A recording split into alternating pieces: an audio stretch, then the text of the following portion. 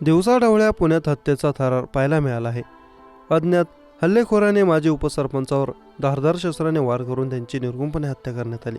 पुणे जिल्ह्याच्या शिरूर तालुक्यातील शिक्रापूरच्या माजी उपसरपंचावर अज्ञात तरुणाने धारदार शस्त्राने वार केले। दत्ता गिलबिले असं हल्ला झालेल्या माजी उपसरपंचांचं नाव आहे। या हल्ल्यात दत्ता गिलबिले यांचं निधन झालं आहे। शिक्रापूरचे माजी उपसरपंच असलेल्या दत्ता गिलबिले यांच्या हत्येचं कारण अजूनही अस्पष्ट आहे।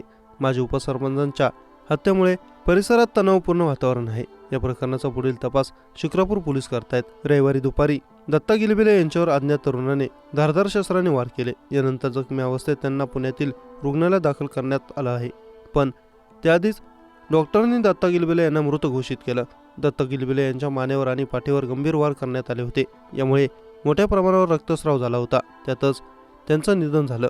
माजी उपसरपंचाची हत्या नेमकी का करण्यात आली याचा शोध पोलीस घेत असून हत्येचा गुन्हा दाखल करण्यात आला आहे।